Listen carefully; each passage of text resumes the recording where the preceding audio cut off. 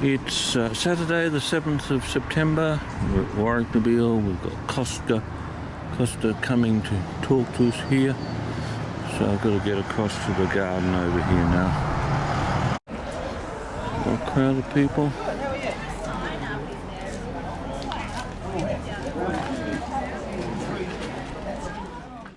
We're in here.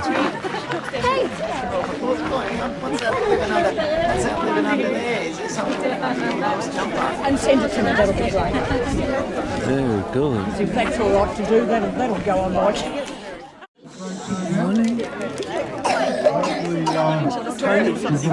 It's okay. Yes, I know. Yeah, all right. Good. Lehman, and she'll introduce what's happening next. Hello. Great. I hate using these things. Good morning everyone, and welcome to the 10th anniversary of the Warracknabeal Community Garden. This is one of these places that I love to come during my... Sorry, Laverne, just Avril was just going to say welcome on behalf of the Oh, okay. Where is Avril? First, Avril! No. Oh, Good morning everybody and welcome to the garden. 10 years we've been now operating, and a special welcome to Tammy, the CEO of the Shire, and Corinne Hines, if she's here, representing the Shire. Oh, there you are. And the Mayor, Kylie, Lady Busher, who helped open the... I'm not sure if she's here. And just welcome to everybody. Special welcome to Laverne and Paul. And an extra special welcome to Kosta. Now, Kosta needs no introduction because we know him from Gardening Australia. So, welcome everybody, enjoy your day, and I'll hand over to Laverne. Thank you. So all of the people are welcome. We were asked to do a talk around sustainability and saving money, because for me the two often go hand in hand, and I'd also add health and a whole lot of other social benefits, and this garden actually epitomises all of that, and that's why it's such an important part of this town now. And I can remember more than 10 years ago when I first met John doing his, John Aitken doing his PhD, and that is what really kicked off the planning for this garden. And I got my husband Paul involved in designing it as well over time, and it's been such a pleasure to see it grow and thrive and do wonderful things for this community. And it's even more fantastic to see so many people out here today and see how you all value a place like a community garden. Corinne, now I see you. You were in disguise. A wearable garden. I should have known that was you. So about, I think it was 8 years ago, we had Kosta, and who is a good friend for Paul and I. I've actually spent the last couple of days, or between Paul and I, Kosta wrangling, because we had him at the Wimmera Biodiversity Seminar on Thursday at Garoke, which was an amazing event. And then yesterday Paul took Kosta up to the Chaparrot Primary School to visit the kids up there, and that's fantastic that Kosta will take the time to go out and see places that, you know, don't get a lot of visitors in that context. So we're very grateful that we had Kosta, and we convinced him to stay for this today as well. So we're very grateful that he comes out here. Usually gets out this way once a year, and we try and get him to come and see our communities and see all the fantastic things that these communities can do.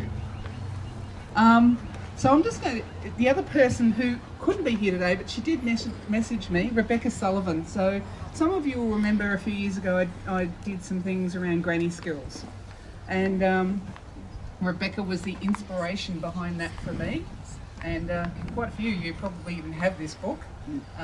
It's really about looking back while looking forward.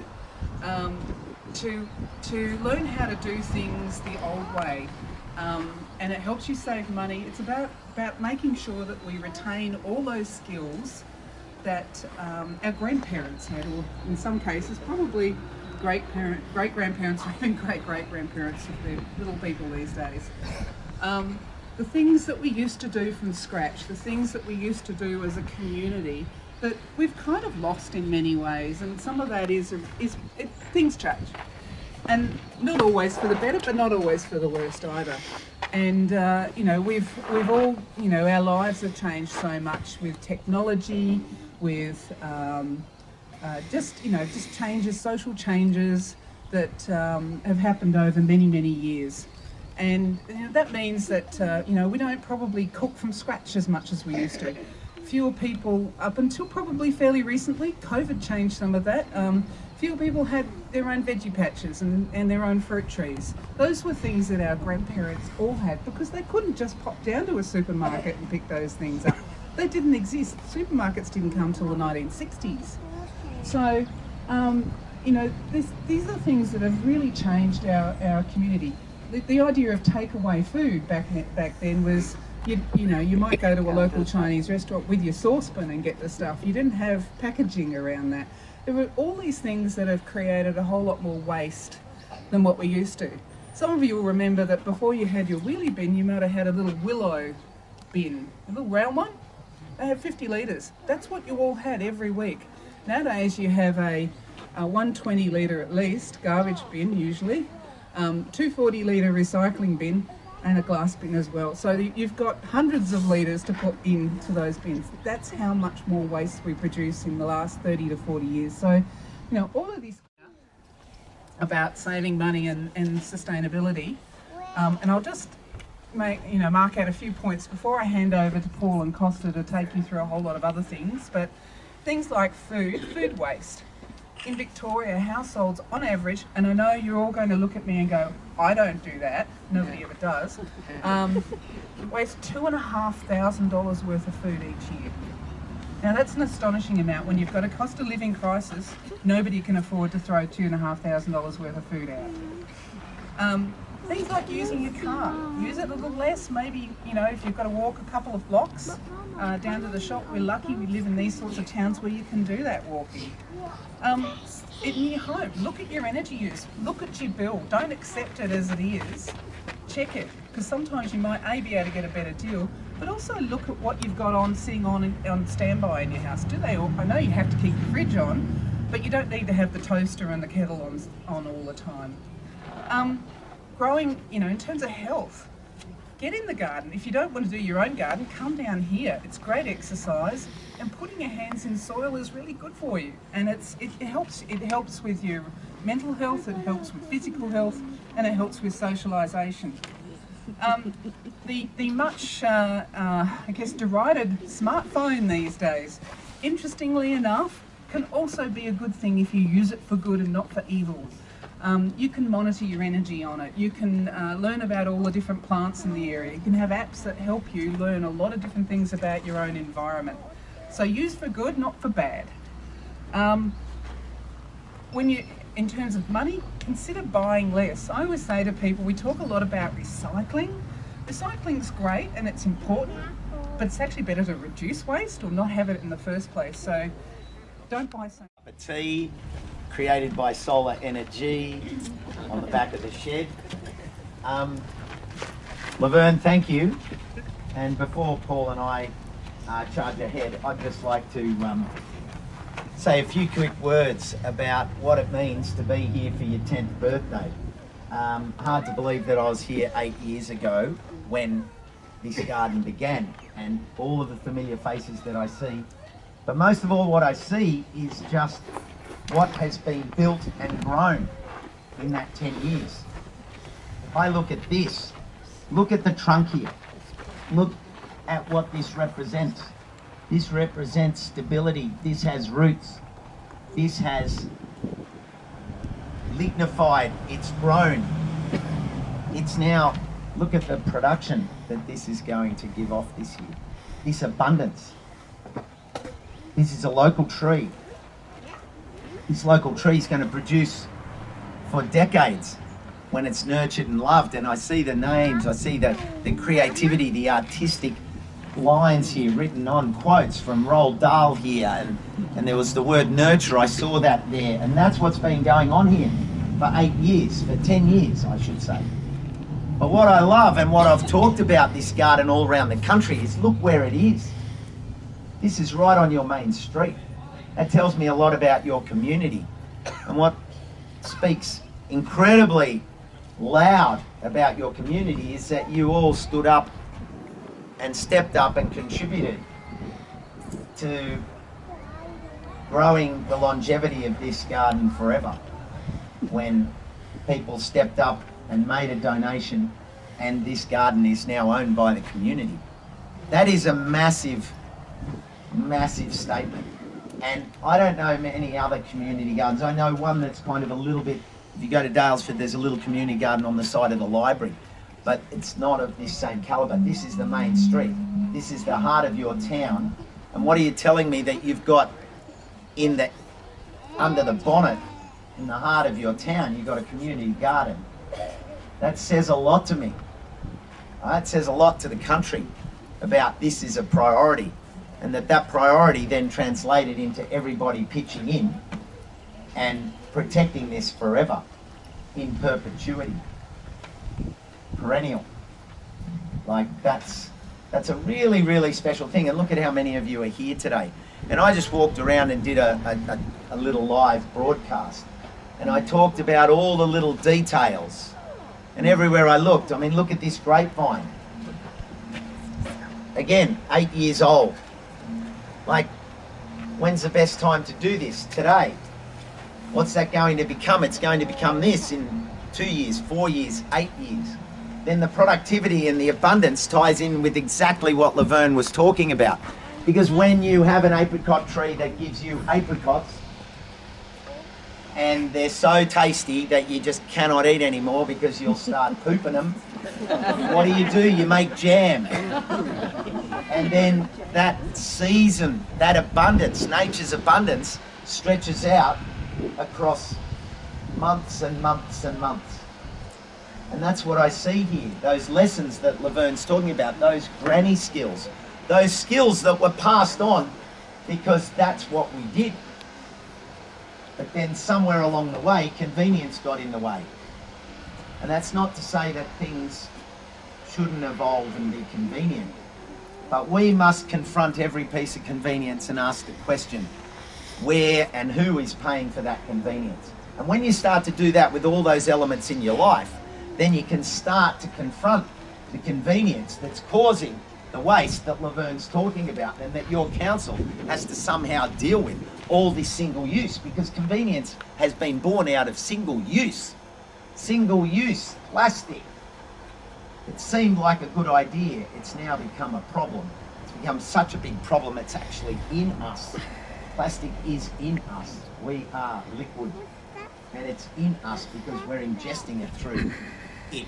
And I'm not going to dwell on that side, because we can deal with it. Simple actions, and you just do it one by one. Just say, I'm not going to take single use. As Laverne said, if you just start to do that, if each and every one of you start to do that, and then you take it to the next level and say, well, let's maybe, as a community, say we don't want to have single use in our outlets. And let's speak to the businesses and say, let's go away from that. Let's have a system. And I know villages that have a system that you know, you return cups and plates and things. You know, there's ideas. We're not going to solve that today. But we can start to confront those things day to day, which then go back upstream and help deal with the challenge. But what do we do with all this recycling? It costs the council money to now truck it back to Melbourne. There's consequences with our choices. As Laverne said, when we buy local, we can take our own containers in and just bring it home and wash that container. But that requires a little bit more effort. So that nudges convenience, because we're being sold this idea, oh, one stop, just come here, we'll do it all for you. We'll wrap it and double wrap it and triple wrap it. So there's so many little things we can do, and we save money. But not only do we save money as a community. because ultimately someone pays for it. And at the end of the day, we do as a community. If it's not in landfill and pollution, it's in cost to the council. And who's the council? We, the people, you know. So everything we're going to talk about today is doable, but everything we're going to talk about is right here in this garden. I just love this community pantry, because what's it doing? It's just saying, let's share. We don't need to have, let's share our excess. Let's give so that everyone can contribute, everyone can participate. I can see my friends Alora and Phil. Where's Phil? Hey Phil! We met at school yesterday at Japarra. We had the best day. You want to know what I love about it? Much like here, guess what they've got right in the centre of their schoolyard? A veggie patch that becomes a food forest, that becomes an orchard, that is just unbelievable. But that's a statement by that school saying what's at the core. What's the most important classroom in our school? The veggie patch. That's where the lessons can take place. That's where the learning takes place. That's where you as elders can come and contribute to the students. There's so much knowledge in this community. There's so much history. I see elders as the most valuable, but what we need to do is make those connections between our elders and our youth. And this is where it can happen in a garden like this. And all of those little techniques. Look at how the star pickets were used and bolted together to make the wall for the snow peas. Look at how these different garden beds have been created. This structure, that structure, the espalier, look how many fruit, like that wall of apples there. You know, you could only fit so many apple trees in here, but suddenly that wall, that narrow space, has turned 12 lineal metres and half a metre wide into 25, 30 square metres of apple bearing productivity. And think about what you can do on vertical spaces. There's so much we can take from this garden and take to our homes and turn it into productivity and value savings and sustainable activities. So big thanks to Japarra and the school up there yesterday. What you're doing is amazing. What you're doing here is amazing. I take this and share it with other communities. It's just wonderful. Like, there's so much here. The closer I look, just these little details. You know, a little bit of irrigation pipe and a star picket, and there's the cover to protect the tree. That's saving. That is a sustainability dollar saving on that. That star picket will last another 20 years. Like, it's steel. Hello? Like, and they're everywhere, scattered around in sheds and clearing sales. You can save. You can pick those up for nothing. And then you turn that cheap, nothing star picket into jam, into fruit, into exchange. Here, have some of my jam in exchange for your watermelons. You know, like all of this stuff we can do. This is exactly what Laverne was talking about. How we can do what we used to do. Because it wasn't all just buy and buy in and dial Uber up, Uber Eats, and get some human come and drop it off and just have this indifference, this non-connection to our food. When we connect with our food, we connect with savings. Not just our health, but our entire environment. So yeah, I could get fired up, but I'll leave it at that. Paul, what are we going to talk about? Oh, you got a mic too. I was just clearing the beard hairs off this one to give it over to you. Microphone needs a shave. Going back to where we started, we're here for the 10-year anniversary. There are 104 people here. 10 years! Yes, happy birthday! We've got a cake, but we'll get to that. Don't go off early, Kosta. Don't go off early. So in the last half hour, I've just counted the number of people here. There's 104. Of those 104 people here, please put up both hands if you were here on day one. Wow. Look how many. 9 people. 10%, around about, yeah. That's a good rate. So all of you that weren't here for that first couple of weeks, first couple of months, just randomly yell out why you're here today. We love the garden. Kosta, don't worry about that. Want to learn something? Want to learn something.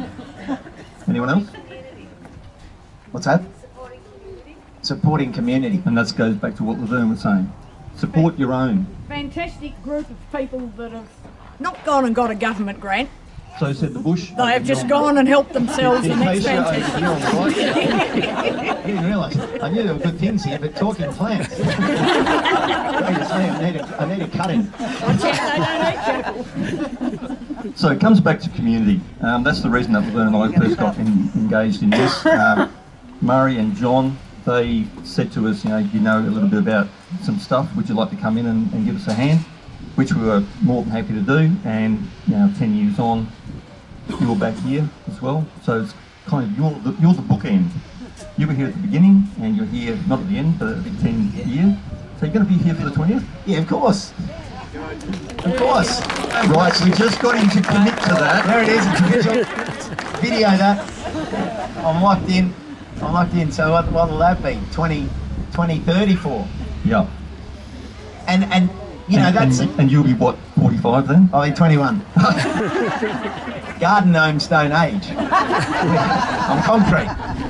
Just have to scrub me down with a gurney now and then just to get the bird poop off, but it all cleans. But that's an interesting segue, Paul, because you just think, I look around and I see the students that I met yesterday, and I say, yeah, 10 years, and I look at the team here, and I say, 10 years time, where are they going to be?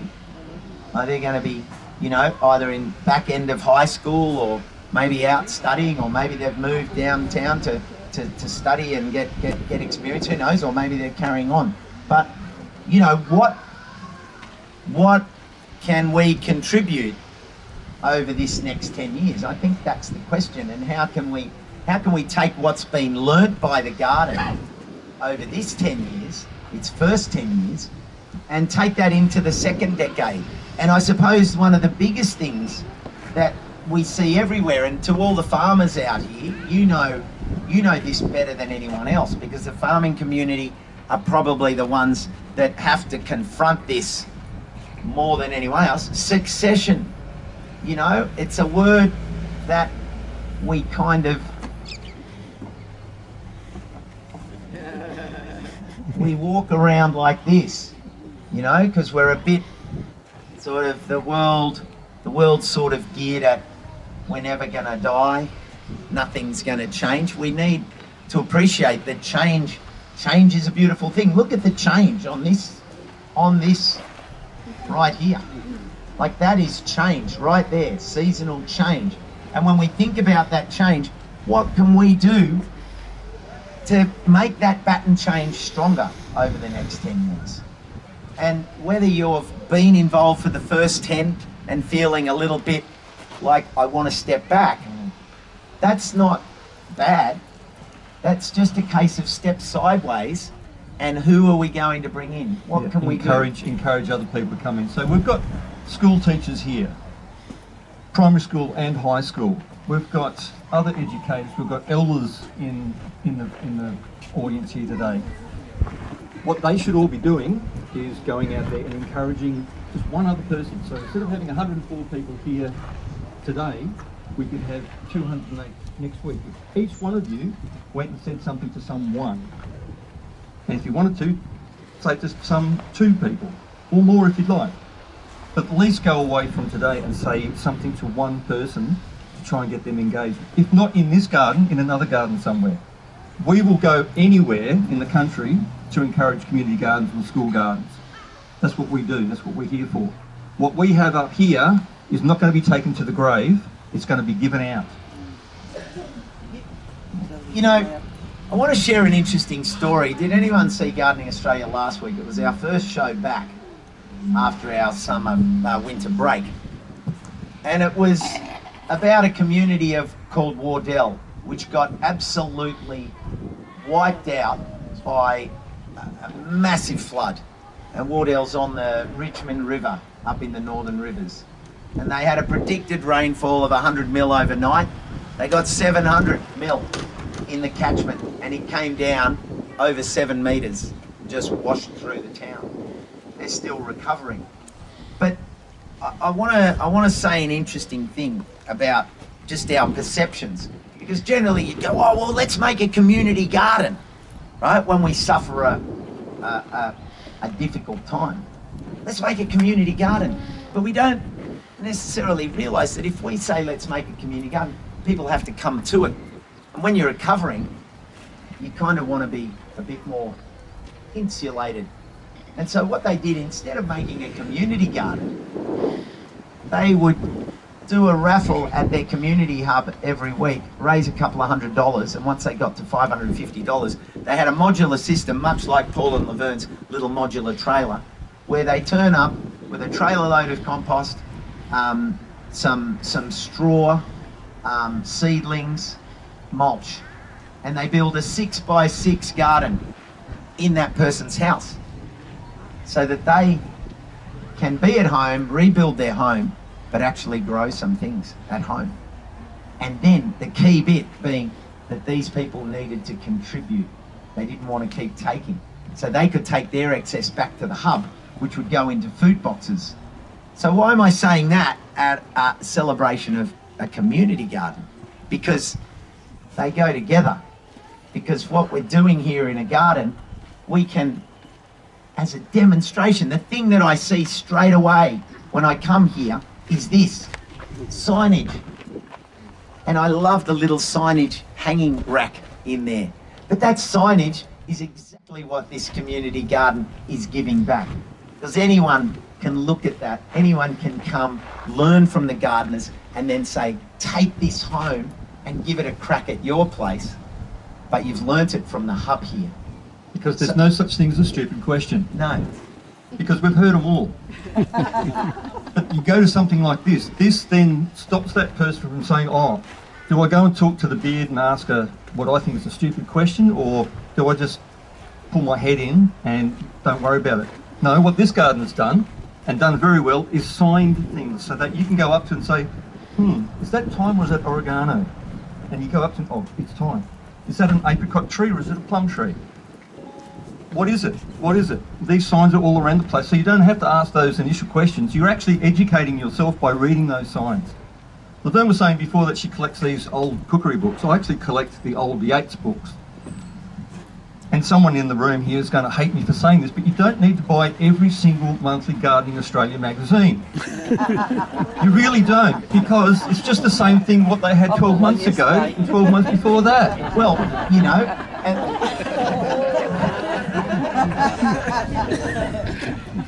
happy 20th.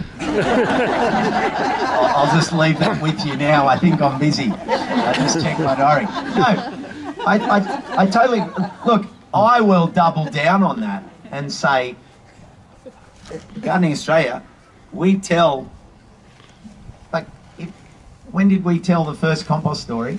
And how many compost stories have we told? Hundreds. If we had to do that approach, well, the show would be finished. But what I think the key to what Paul's saying is story. It's how we take a story and find a story. That's what we have to do every week with our researchers. We're busy looking for a story. We can go, oh, otherwise we go, oh, another community garden. But every community garden is different. Everyone's different. And as I said, there's something different in each one. So when you get this idea, you might have a family member that doesn't have necessarily a green thumb, but you could bring and set something up, particularly for the children, and say, let's make a flower garden. And away you go. There's a seed saving here. You get some of the seeds. You do it as a project. You create a story. When you create the story, you get the buy-in. When you get the buy-in, you start with flowers, explain what that flowers will bring, the insects will do the predation and look after, well, the first crop we're going to do. Let's do something, and away we go. And so you can take your skills that you may have here as a community gardener and go and do what the Wardell community were doing for their people suffering and needing a garden. And even and look at some of the containers that are here, like all these different containers, all these different shapes and sizes, that you can make something really small, something as simple as that. You just do that for your nieces and nephews or your grandchildren and give them that that awe of seeing something flower. Just like, oh, and then you have to call them up. Have they opened yet? Have they opened? And then, oh, ring me when they open. And what are you doing? You're sowing. Like you're sowing a perception and a habit and a routine and then a culture. And let alone when, you know, all of a sudden it's the snow peas. Are they ready? No, wait until they're this big. Tell me when they're that big, go out and measure. And then, oh, can we eat one? Oh, all right, yeah, eat one. Oh, and then you're not worried about, oh, they don't eat their food. You know, oh, that doesn't have to be plated up like something out of a 5-star degustation restaurant. No, just get them eating it in the garden. And then when it does land on a plate, they're friends with it. You know, and we can do these little things. And all of you that have these skills, you can start it in a simple container, an old pot like that you see out on the street that someone's thrown out. So there's these ways that we can grow a mindset of saving. You grow a mindset of resourcefulness and thriftiness. And that's not being tight, that's being using ingenuity. Because that's what people had to do. Bush mechanic, bush solutions. You know, this is as simple as. And then the more you do it, then the more you see materials and you go, oh, how could I, maybe I could, you know, oh, what's this bit of aluminium? You know, I could just put it together and turn it into a simple frame that I can throw the netting over. I want to see that stuff. That's the stuff that wakes me up, because I go, oh, look at that kooky thought. How did someone see that? Like, what's going on in that melon that kind of saw that and went, ooh, I'm going to use it for that. This stuff's going on everywhere. I just did a walkthrough for 30 minutes and was just finding all these things. You know, oh, a tech screw here, a little bit of a star picket. Every garden is different, right? Look at this one. Look at the books that they've got painted on here. It's interesting to see the Dimboola play by Jack Hibbard is on top of the Bible. Have a look. It's real. It's real. What does that say about this garden? Wendy? Well, you won't take it away with you, will you? No. I'm not going to steal that one. You can inspire you. Don't forget to come back for some cake. Oh, yes, everyone have a break. Yeah, no, have a break. So you just go, oh, who's that over there? Hello. What's his name? Hello. Kobe. Kobe. Hello. Hey, welcome, buddy. If he wasn't awake, he is now. Happy birthday to Warracknabeal Community Garden. Oops, almost like a little river nature lodge. Where am I today? Karoke, Dimboola, Warracknabeal. Welcome, Kobe. We got cake for you in a minute. Okay, do you like cake? Yeah, buddy, I got a piece for you. It's going to have a carrot in it. Yeah, where were we? Carrot cake. Oh, the Bible. Yes. Hang on, it's Saturday, it's not Sunday. Getting in early. No, going back to those The Church of Gardening. Going back to those Yates books in the Gardening Australia, the old Yates books you can buy for 20 cents if you go down to Wheatlands down here, or to any store anywhere really. Pick one up and give it to someone that you think might be interested in gardening. Get them started with something very, very basic. Because if you start with the real basic stuff, they can start to get more engaged in what they're doing, and then they'll progress onto the more complicated stuff. If you dive into the deep end of the pool, you're going to drown.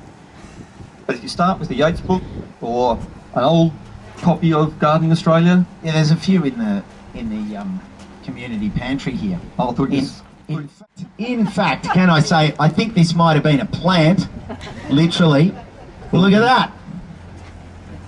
what year? Gardening Australia, kaboom, 2014. Somebody didn't want it. And who's on the front cover? It's only a small photo of me, but at least I made the front cover. So if someone didn't want it, no, someone was bringing it to celebrate today. right. So it's up for the taking if anyone wants it. I will deface it with a signature if that adds value, or devalues it, I don't know. We've got that on camera too. Raffle it Notice on. the cameras we've got here? Oh, there are too. Yeah, and there's one facing straight up that way. What's that for? Oh, I don't know. Waiting in joyful hope. Are they going to parachute in or something?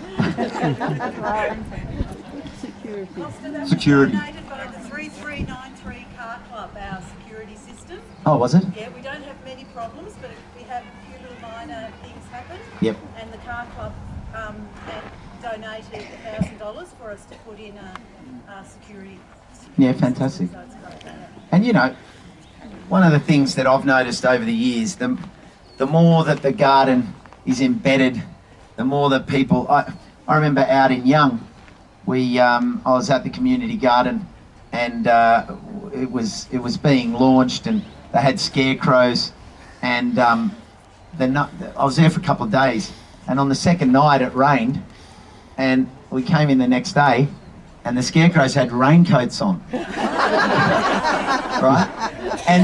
And so you want to know why that happened, because the pub is directly opposite, and so you've got security, you've got eyes on at the pub till 2, 3 a.m. And some of the patrons were like, oh, hang on, the scarecrows are going to get wet. And so they got raincoats and put them on them. And I really love that story, because it's kind of an example of how the more we get that connection with the broader community, then the more this just becomes our place. And when it's our place, and we love it. And I was saying this to the students yesterday, the more we know about a place, the more we understand it. The more we understand it, the more we care for it. The more we care for it, the more we love it. The more we love it, the more we're going to want to protect it. And that's all about the love side, you know, that there's a lot of love here today. You know, the fact that you've all turned up and wanting to support something like this. And celebrate it. And celebrate the messages that are here. There's so much packed into this small space. And those techniques, those methods, they have a value. They have values, most of all. And it's the values that bring everyone. But then there's the value that Laverne and Paul are talking about. And when we think about that value of separating our food waste and creating compost to then fertilise and support the plants that we grow, but most of all, the value that means to the community. The waste is not going into landfill. And then if it doesn't go into landfill, it's going back into the soil to build the soil and build a sponge, and that sponge supports you growing, which grows the food, which makes you and your family part of a local food movement. You know, all of these connections, I love walking that line between, you know, just the difference of one letter between value and values. That's all it is, it's one letter. But I find that they're literally inseparable when you go into it at this level of gardening and, you know, sustainable living. My grandparents, they didn't know what sustainability was about. That was survivability. You know, my grandparents had a property, do you know the Western New South Wales, Nyngan? So my grandparents had a property out there on the river flats, but by the Bogan River. And like, they had an 8-year drought out there, but they had everything. They grew their food, they grew whatever they needed, they ate off the farm. You know, there wasn't a supermarket in town, there wasn't refrigeration, electricity was minimal, you know, all of those things. And I'm not saying that we go backward, but we can look back and take all of those skills of resilience, and that there's nothing backward about those skills. Those skills are enriching. You know, when you grow something yourself. My grandparents used to be cautious about going to other places to eat because they didn't know who grew it. Like, that's a massive statement as a family. Like, oh, we're not coming over. Sorry, Paul, we're not coming over because I don't know what you put on the food that you may be serving me. You don't have to go to that extreme, but that was the level, you know? And it's really nice, just those little elements that we can draw on to not only save money, but build family values at a time when those values are being bombarded by a social media network and a media, like, just front that says you should this and you should that and this is the best, you know, like where we find truth. I suppose now I'm not getting all esoteric on you. I'm just defining this. Where we find truth is with reliable sources.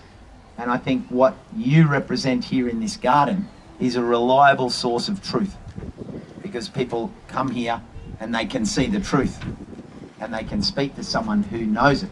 Yes, like when I was walking around, I said, how long's this been in? Yeah, that went in the 9th year. How long's that been in? That went in 2016. Okay, so that's 8 years old. That truth is priceless. And I think it's exactly what's embedded in all of these skills, that it's a truth that comes through habit that has become culture. And in some cases, we just need to regenerate that culture in our day-to-day approach. Yeah, let's make life a little bit more uncomplicated. So Laverne was saying before about the granny skills thing. We've got a whole heap of different brochures and things printed up so that very, very simple things can be made very, very simple for you in your own home. So for example, we've got composting can start in the kitchen. Who's got one of those kitchen caddies? Bokashi bucket or whatever else label you want to put. Put your hands up nice and high, please, so I can count. Oh, wow. 1, 2, 3, 4, 5, 6, Yay, use. 17, 18, 13, 14, 15, 16, 17, 18, 19. oh yeah. That's what it is. So we've got around about 20 people. So how many people would like to start composting in your own kitchen but don't know how? Hands up. Oh, no one. Come and grab one of these and it shows you all the very, very basic stuff that you need to start with. It doesn't smell in the kitchen. You don't have those little wine flies if you do all of the things that are listed in here. It just makes it easy for you. So instead of looking at the waste and thinking, I'll just put that straight into the general waste and it goes into landfill, divert it. What was that? Chooks. Okay, if you want to know about chooks, there we go. We've got one about chooks as well. Right, if you don't have chooks, what else can you do with your kitchen waste? Worm farm. Worm farm? Worm farm. See, we've got it all covered. Don't we? Yeah. And he's not convinced. No, I'm totally convinced. I have nothing. It's a bit Forrest Gump. That's all I have to say about that. That's exactly it. And you know, here's the kicker on all of that. The moment you keep your food waste out of your waste, as Laverne said, the moment you keep, if we call it scraps, we don't have a value on it. We just go, it's scraps, it's rubbish. Rubbish away, go away. Yuck, it smells. Right, when we call it rubbish. Laverne makes that point. I've been talking about this for years. When we call it a resource, then our values change because the value has changed. So if we separate that food resource, what we then do is we can look into the resource recovery receptacle, not the bin, right? Because it's a receptacle. So if we look inside the resource recovery receptacle, if there's no goop all over it, if there's not food waste on it, then those materials are clean. And that means you can, first of all, do an audit and start to think, where's all this coming from? Like, it's not just some fairies coming in at night. We bring it in. We bring it into our house. Imagine if it was a tent and, you know, you were camping. You know, when you have to camp and carry your own water, you suddenly value water differently and you're not having the 10-minute shower, you know? If you know, in some places you have to carry out everything except your liquid waste, but you have to carry out your human waste as well. Like, that's not to say don't poo, but, you know, when we have to value, when we have to carry, you go on a camp, you're going for 6 days, you're going to carry the food, you're very, very strict and resourceful. But when you take the food materials out of the bin, you can start to do a little thing and say, why am I buying rice in a 100-gram container, plastic, when I could buy a bigger one and share it with the family? Why have I got all these single-use containers? Then you can separate them into recycle, others remain in the bin. And what you'll find is you'll reduce that waste by down to a third, because usually about 40 to 50% of the materials in a landfill bin is food, and then there's the recyclables, and then there's the actual what can I do with these that goes to landfill. And it's a really good exercise, and you can do it with your grandkids, you can do it with your own children, you can do it with your partner, and it doesn't have to be this didactic, oh, who bought this? It's like, oh, how can we think about this differently? It doesn't have to happen tomorrow, but it can happen step by step. And then you suddenly realise, well, now I'm not going to buy toilet paper wrapped in plastic because I've found someone that does it, and there's a whole story behind that. And then you tell that story to your family and your extended family and maybe some of the other parents at school, and you share that. All of a sudden you're doing what Laverne was saying. You're amplifying it to a bigger audience. So it's not just 104 people, as Paul said, it's 208, then 416, then 832, then 1,064, then 2,128, and onwards we go. Yeah, please keep going. I want to see how far this is going to go. I get it. I'm square-rooted. but that's but it's not like, oh, start up there and be in those hazy heights. It all starts, someone only has to look at interest. Does anyone understand the basics of interest? Interest bearing, it's just a little bit, and then a little bit, and then a little bit. That's what super's all about. A little bit while we're sleeping, all this is going on. So when we think like that, we can actually have a big impact without it being a burden, and without anyone pointing a finger at you. You're actually just telling a story and learning and crafting it into your language. And that's what I was saying to the students yesterday. You're the carriers of story. And what story do you want to tell as a school, as an individual, as a brother, as a sister, as a child, as a family member? There's so many ways we can just add these little things without it being, I didn't come here to point fingers. Not at all. But what is there to point here? Look at this. This is awesome. It's more like, oh, look at these things we're seeing. Look at what Paul and Laverne have been doing for years in their work in the region. Look at the good stuff that people are doing, and see which bit you can take and put your signature on it. And just go, yeah, well, that's what we can do for now. Everyone, when he finishes talking, go over there to where the photos and everything are, and have a look at what we started with 10 years ago here, and compare it to what we've got here today. One common thread there, in the bottom right-hand corner, there is a photo of Bruce Hine wearing the exact same shirt as what he had 10 years ago. Bruce. Some things never change. I think, seeing that Kosta was here on that day, he put that shirt away, vacuum sealed it, and he's brought it out again today. That's the other reason. No, he's just been here as an elf, and he's never left. But there is so much love in that human being, and you only need to just stand within a tight radius to pick up on that, and that the same can be said for everyone behind it, and when we can radiate that sort of love in really simple solutions and simple ideas that people can take and work on, like I said, a simple, you can then, when you look inside that resource recovery receptacle and you go, okay, look at this tiny little conditioner, and look at this tiny little hand soap, and look at this tiny, and where and how could I look at solutions that don't require me to buy another plastic container every time? Where could I get refills? Where could I possibly make some of that myself?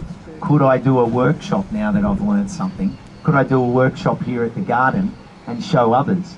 And how can I put that onto the network and say, hey, this is where I found plastic-free toilet paper that doesn't come wrapped like that, and then all of a sudden 108 people start doing that, and you give. I actually give a box of toilet paper to my family members every Christmas. We do too. And I kind of consider it a really special thing. Yeah, who gives a crap? Yeah, and I do. But the reason I like it is because I just think, you know, there's 52 roles. I just think that, you know, every day they will sit down and have a moment. They'll have a moment and think of me in that moment. During that moment, I should say. But you know, this is how we can make it fun. You know, like, and rather than make it a this is the new law of the land. You're making a movement. Let's lead a movement.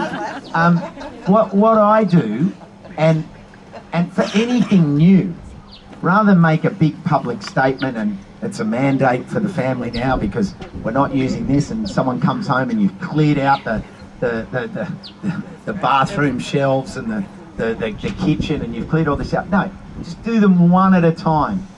And I bring the new thing in and I sit it on the dining room table next to the salt and pepper at dinner time.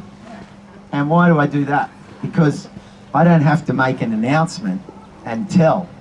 What that actually does is, what do you think the first thing that happens when someone sits down? They ask you what it is. They ask you what it's about. They ask what it's about. So what's that do? It shifts the narrative. It's not me saying, hey, you know, Bruce, you got to change your toilet paper. It's like, as soon as they ask me a question, the narrative's been flipped on its head, and I can just roll on up as I'm serving, plating up the pasta or whatever it is, and I go, well, what's your name? Sue. Well, Sue, since you asked, see what happens? Suddenly, Sue's hungry for knowledge, not stepping back going, oh, Kosta's, oh yeah, he's Mr. Sustainability Zealot, forcing another lesson on me. It's like, no, Sue's like, oh, what's this? I go, well, Sue, this is this. It's all these things. It's blah, blah, blah, blah, blah. Rah, rah, rah, rah, rah. And away you go. It's kind of, and I think what that does is it makes it really interesting because it gives you the challenge of how can I bring this in as a question, not as a statement. And when it comes in as a question, you've got a whole world of opportunity to explain the story because you're not trying to rush to get it in a like a little lift pitch. You got 30 seconds before we get to level 5, and I'm going to say, oh, Sue, you got to use this toilet paper. It's fantastic. You're going to love it. And Sue's just going, give me level 5. I want out. This guy's a Fruit Loop. Yeah, she doesn't give me. Damn. So we will wind up here now. Any questions? We haven't got time for questions. We've been given the wind up. Oh, I like a wind up. So Kosta's going to be here for another hour or so. He does have to get away at some stage and travel off to Melbourne and catch a flight. So if you've got any questions or come up. Yep, come up. Flapping around. I'll be drinking tea. Photos, all that sort of thing. Yep. I'll hand this back over to Wendy, and it's all yours. Thank you, Paul. Let's give Paul and Laverne and Kosta a great round of applause. We're so honoured to have the three of them here again. It's been just awesome to have the calibre of you guys here and loving it. I think I felt so proud of this place when I heard you talking. I'm going to hand over now to our president of the community garden, Avril Hine. She's going to give a little bit of a spiel to start with, and then Dr. John Aitken, whose PhD started this, and he's now a doctor, and also we've got a garden, so it's a double prize. Isn't it? Fantastic. So I'll hand over to Avril. Thanks.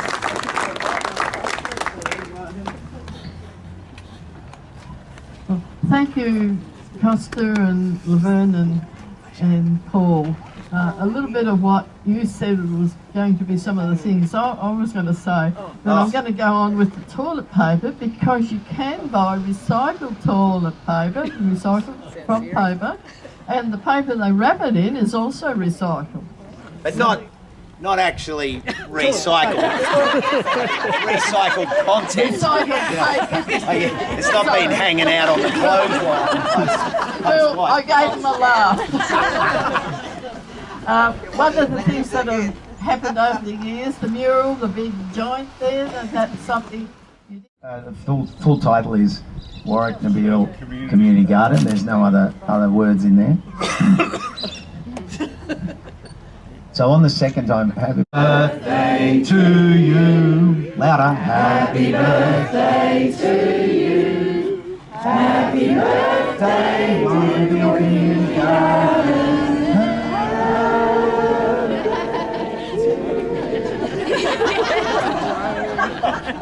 You didn't hold the...